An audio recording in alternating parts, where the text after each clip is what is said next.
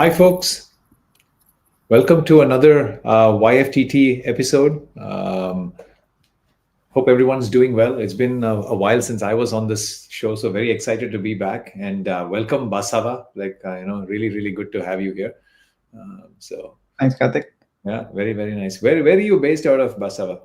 Currently, I'm based out of Bentonville, Arkansas, towards Awesome. the south. Yep. Great, great. And maybe we'll give it maybe another 30 seconds before we, start. Sure. So yeah, all right, it's 9:30, so it's nearly time. Okay, great.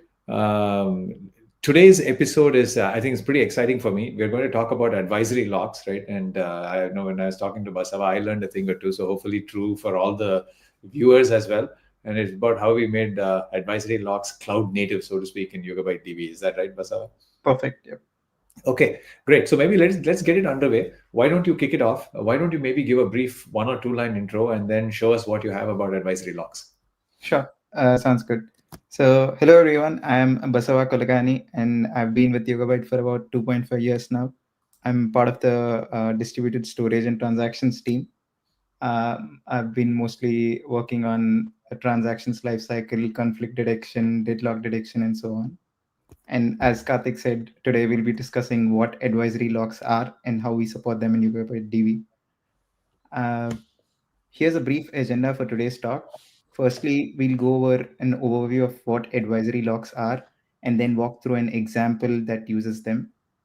And then we'll focus on how Yugabyte DB makes advisory locks cloud native and a couple of cleanup semantics that are specific to Yugabyte DB. We'll then take a look at some observability aspects of the locks in the system, followed by a demo showing the power of advisory locks. Finally, we'll conclude with the supported release information that enables support for advisory locks and the required G flags to enable them. Uh, yep. Uh, Great. Okay, so what are advisory locks? Great. right. Walk us through it. Yeah. Advisory locks are locks that you can acquire via your application to control concurrency while keeping your application stateless. So think of it like a software lock, like a mutex, which works within a process. Advisory locks extend the same primitive across processes. So, say you, for instance, you can acquire them to control access to shared resources. For instance, you have like an application side cache and you want to achieve some level of concurrency control while operating on the cache. You can use advisory locks to achieve that.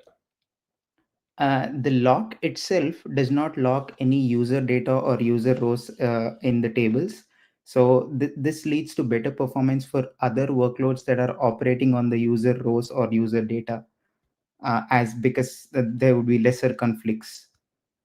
And then the advisory lock itself can be on any identifier. It need not be on a user row or anything related to user data. So it can be on any identifier.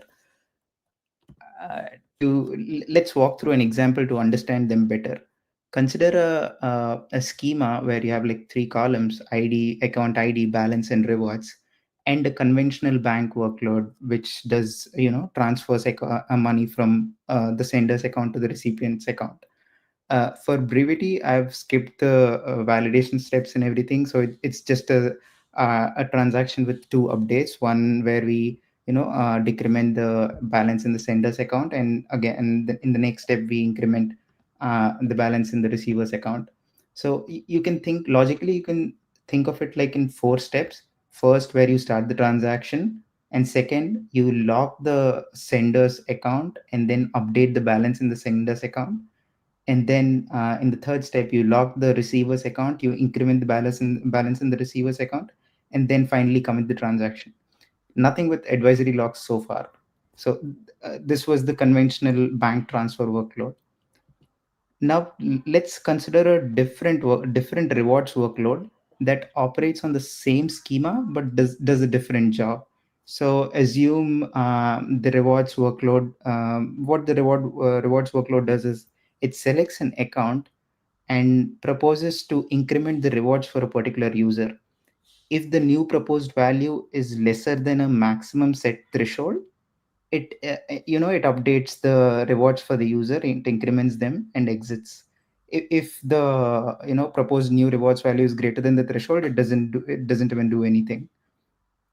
And if the one way of implementing this rewards workload is, you start the transaction, you log the row for reading the current rewards value. You need to lock the row because you don't want any other concurrent rewards job to come and increment the rewards value and then violate this constraint. Hence, you'll need to lock the row while reading, and then you perform the update if you satisfy the condition, and then commit the transaction. So it's again like a four-step process here. Notice the time that we lock the user row for. So we lock the user row for 2 steps, which might conflict with the bank workload. Okay, so I think just to put a pin on exactly the issue here, you want to make sure that the rewards column for that row isn't changing. Yeah, But in this mode of programming, you don't have a choice but to lock the whole row because that's all you have the right. ability to do. Okay, Exactly.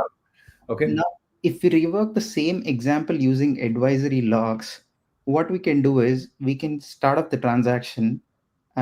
We'll explain the advisory logs API and everything later, but consider this statement which acquires an advisory log on account 3.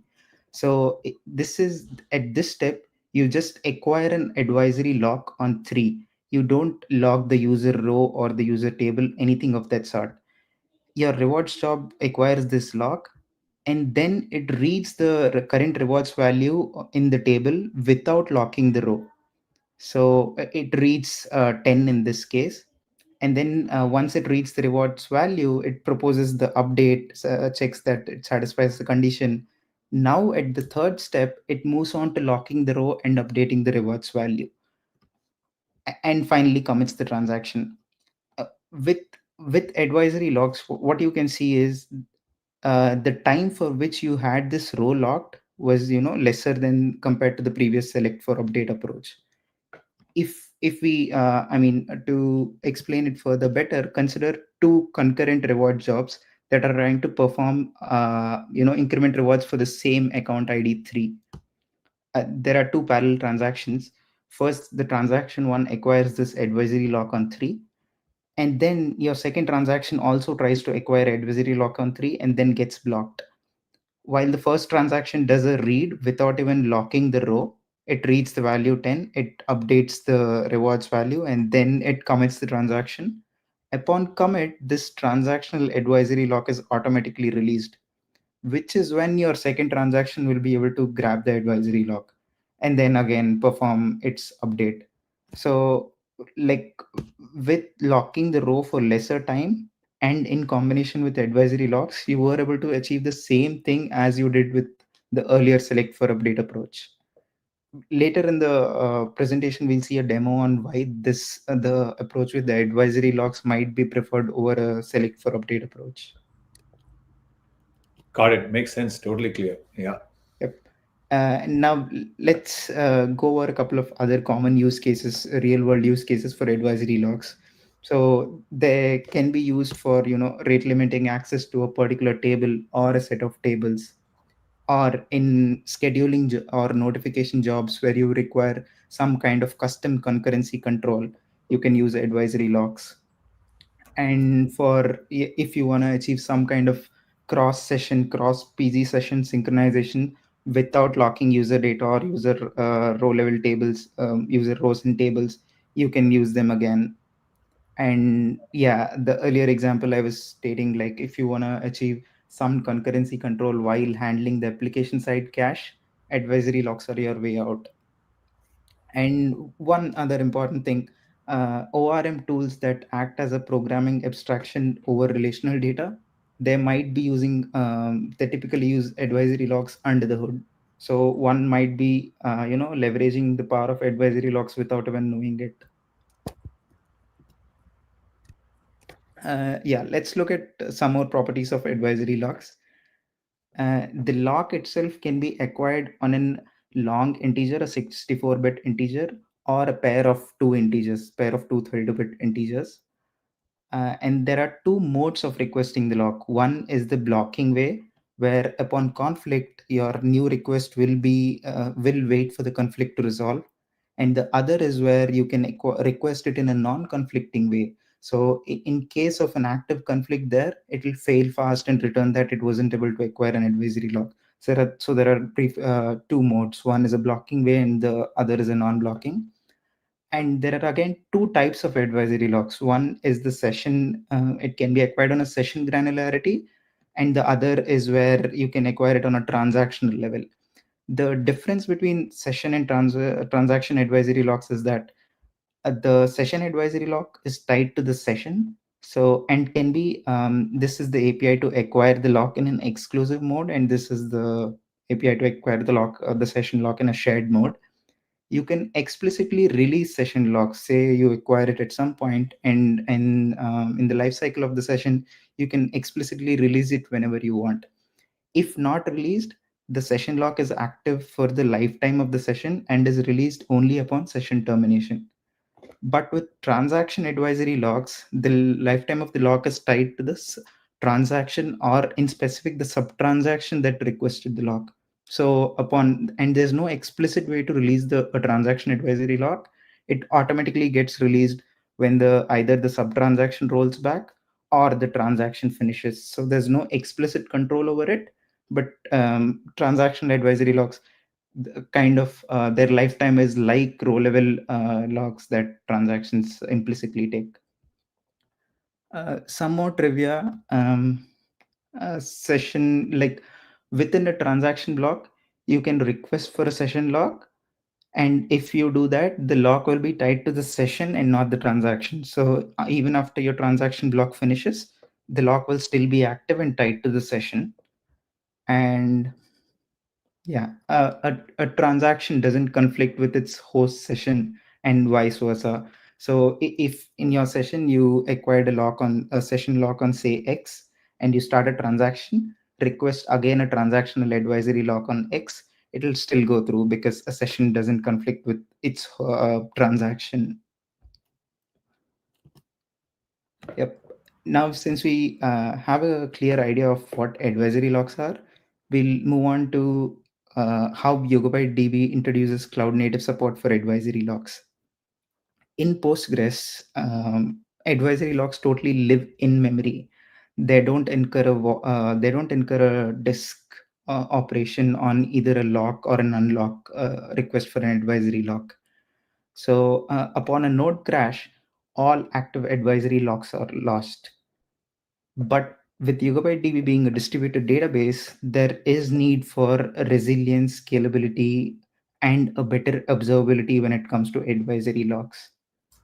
So before we go on, I think Basa, one question that Jim has in the Mhm. previous example, a question which is it's not as dumb, Jim, which is when you say three in PG as advisory exact lock function and within brackets three, right? Uh-huh. Like so, yeah, on the top left of the screen.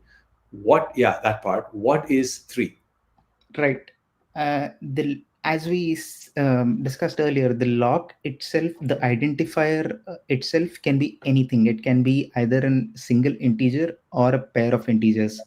In this case, the application's logic is such that your rewards workload wanted to increment the rewards for account ID 3. So instead of locking the row in the accounts table, you can just request an advisory lock on the identifier 3. So it is up to the application developers to establish that convention that whenever you're trying to increment rewards for a particular account, you request a lock on the account ID. In this case, and hence, since they wanted to operate on the account ID 3, they acquired an advisory lock on 3. So it can be, say, for instance, a pair as well. If it depends, totally depends on the application logic on what they decided upon. So, and I think Jim's follow-up question is it the primary key? But just to answer that, like, it's not related to any. It need not be related to anything with respect to the data you're writing. It's just an arbitrary identifier that multiple processes use in order to coordinate with each other. So, like, they just need to make sure they're all using three in order to say they all need to. One of them needs to get access. Right. So hopefully that makes sense. It's just an arbitrary mechanism. It's really powerful because it makes it look exactly like the way you write software in a single node, like with code. It just now extends it to multiple nodes and distributed systems. They're really, really powerful. So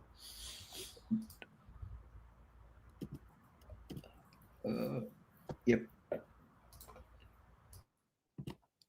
Yeah. And then, like, this is how we achieve resilience with advisory locks and YugabyteDB. The provisional lock, the provisional granted advisory locks are persisted to an advisory lock table, which itself is wrapped replicated with the same replication factor as of user tables. So, upon a node crash recovery, all the active advisory locks are restored. Despite a node crash, we still honor active advisory locks of in progress transactions. So a node can go down, but your transactions can still proceed. We honor the semantic that since the transaction acquired an advisory lock, if some other transaction tries to request the same lock, it gets blocked despite the nodes going down. And I can switch to a quick demo to show that as well. uh, I'll yeah briefly go over the cluster setup before I do that. It's a local cluster with a three node setup. And I have my, as I said, advisory lock uses it's a table. The current leader for the advisory lock tablet is hosted on node 2. I'll I'll quickly acquire an advisory lock on, say, a key 10. Then now I have this advisory lock granted. Since the leader was hosted on 2, I'll probably stop node 2. And then, maybe before that, even before going there, I'll show that the lock was acquired. So there's this observability piece, which we'll be going over later, which is called PG logs, which shows your, all the active logs in the system. In this case, since this transaction acquired the advisory lock on 10, you can see that there's one transaction with, some key details that the lock was granted. And yes, since it was granted, it doesn't have any blockers. Now hey,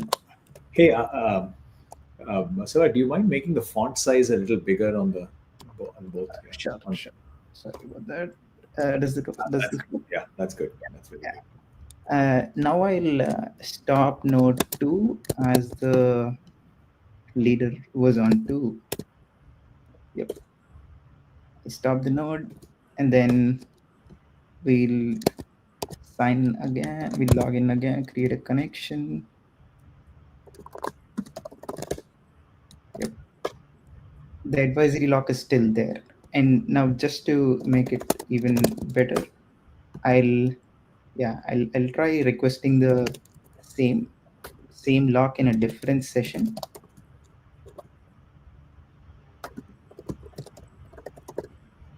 I'll use the other mode for now, the non-blocking mode, and show that it'll. Okay, maybe I got the API wrong.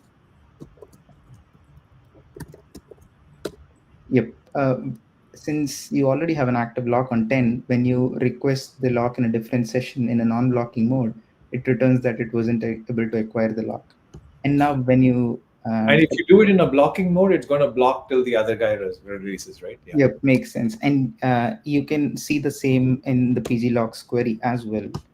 Uh, yeah. So earlier, like, one of So, your transactions yeah. has a granted lock and the other is waiting on this blocker. And then when you close the session, the locks get acquired on the other session. And what would the observability, yeah, show on below? Yeah. Yep. Yep. It just shows a single transaction which has the new transaction now has this advisory lock. Fantastic. Fantastic. Let's start the node back up again because it will be useful for our next demo. Yep. I'll maybe come back and increment the font later. Where were we? Right. And now, since we talked about resilience, moving on to scalability, the system can scale horizontally to accommodate any number of advisory locks. It is not bound by memory or anything. And the advisory lock table itself is a hash sharded table.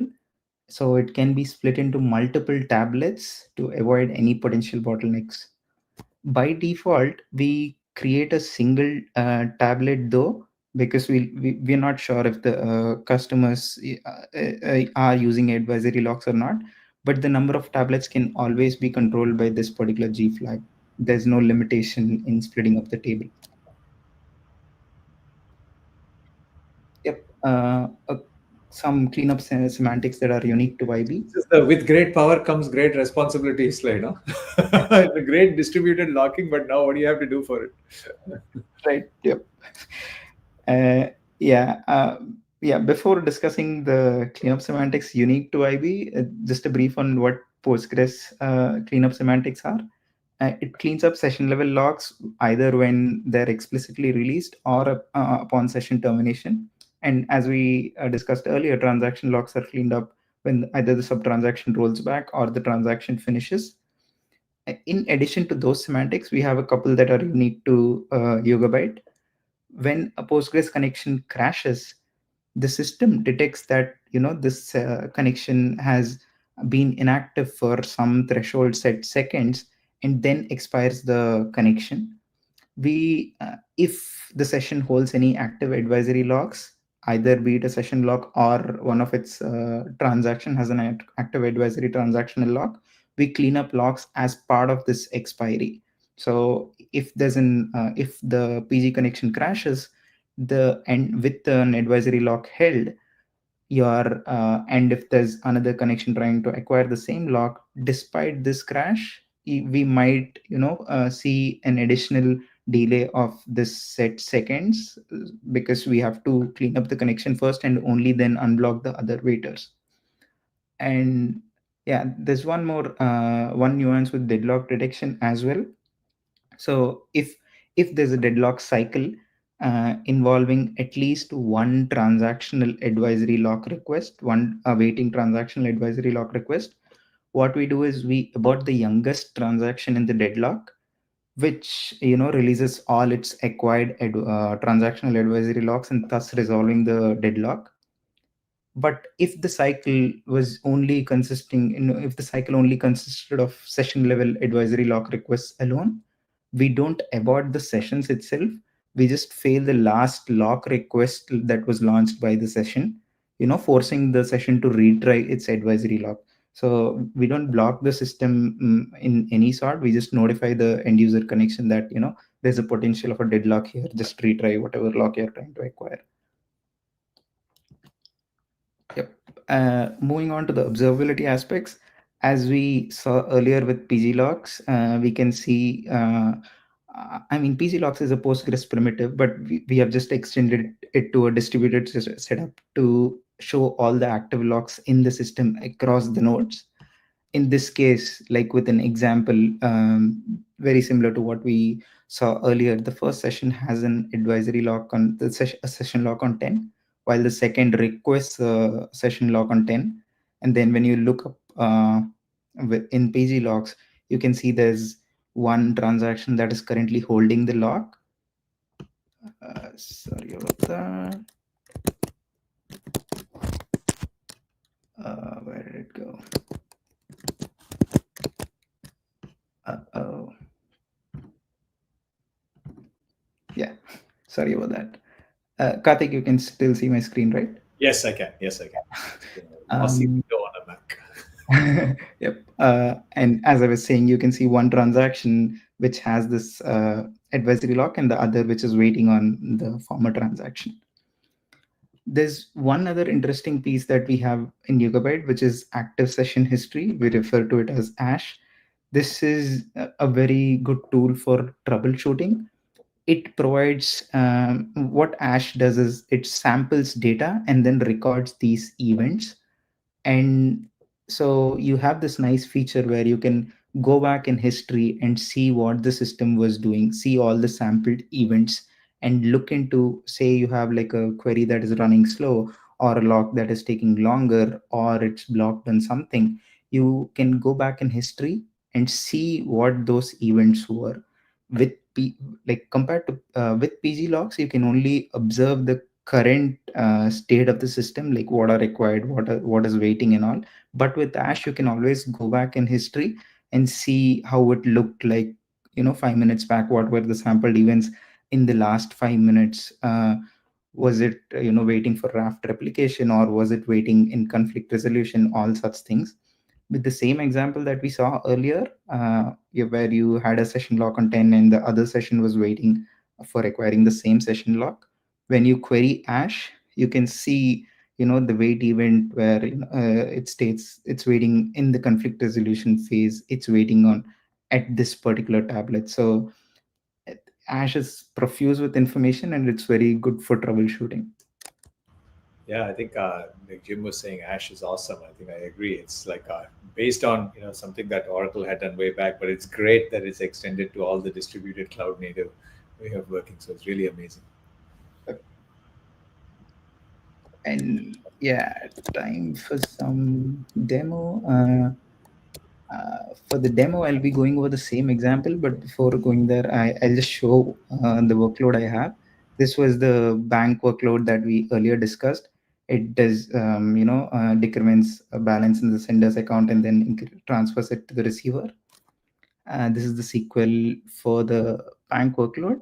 And the rewards workload has two variations, as we saw earlier. One is with the select for update, where you select the row before for update before reading the current rewards value, and only then increment the rewards value.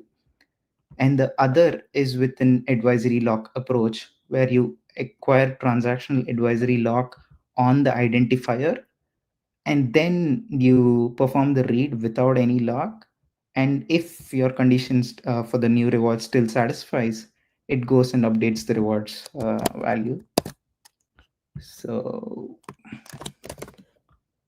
yeah, we'll first compare the what I'll do is, yeah, I'll be using SQL Bench to run the bank workload, run four parallel clients for the bank workload, as well as four parallel clients for the rewards workload, and then look at what the throughput might be.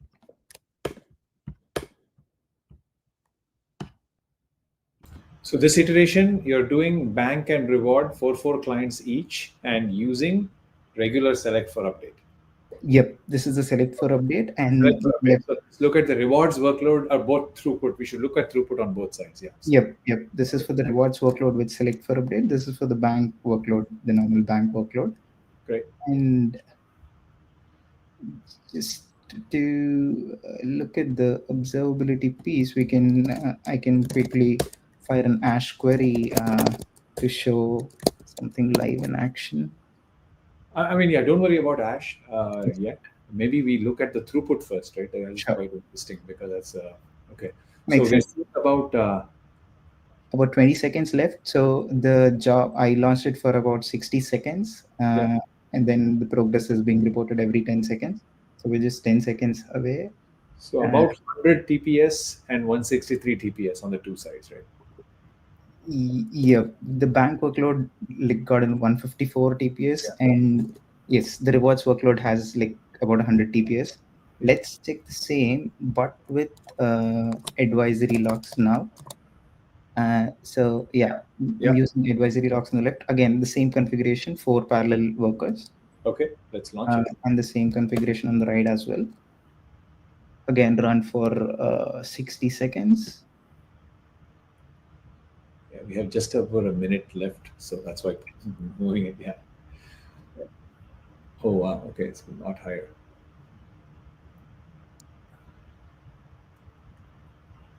Yep. Ideally, I mean, even before the results complete, what we expect to see is, since there is less conflict now between the bank workload and the rewards workload, we expect to see good throughput for both, even the rewards workload as well as the bank's workload, as compared to the earlier approach. Yeah. But yeah, let's see what the actual numbers are.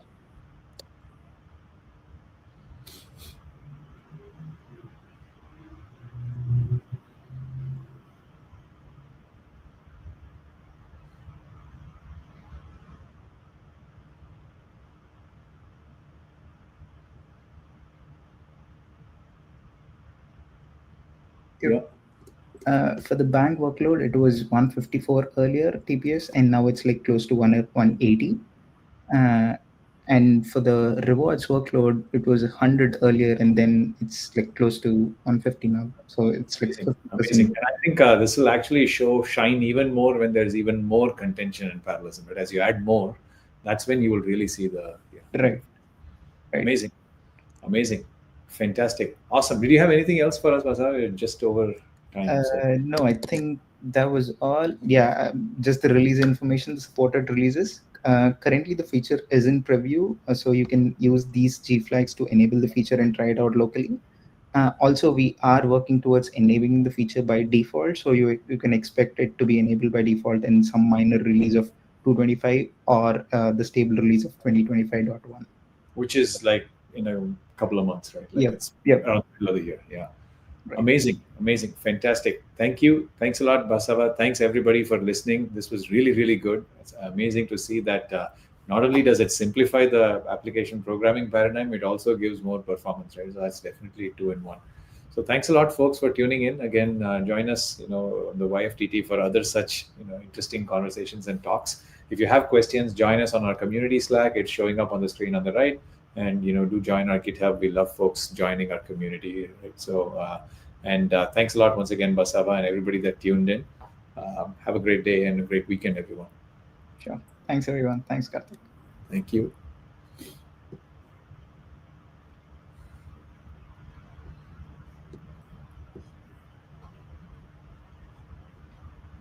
Okay, so